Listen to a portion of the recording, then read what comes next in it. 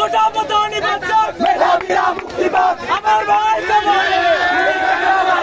গোটা না মেধা গোটা না মেধা পুলিশ আমাদের রক্ষা করার কথা, সেই পুলিশ আজ আমাদের বুকে গুলি করছে। কিসের জন্য গুলি করছে? আমরা যোগ্য চাকরি চাচ্ছি, সেজন্য গুলি করছে। আমাদের বড় ভাইরা কিসের জন্য এই বয়সে রক্ত দিতে হবে? আমরা এটার প্রতিবাদ করতে চাই। আমরা কোনো অযৌক্তিক দাবি নিয়ে রাজপথে নামি নাই। যেহেতু কোনো ভুল নাই, সেহেতু আমাদের দাবি মেনে নিতে হবে। কোটা সংস্কার করতে হবে এবং সব থেকে বড় কথা, কোটার আগে জীবন। আমার ভাই রাজপথে মরলো কেন? সেই জিনিসের জবাব চাই। সরকার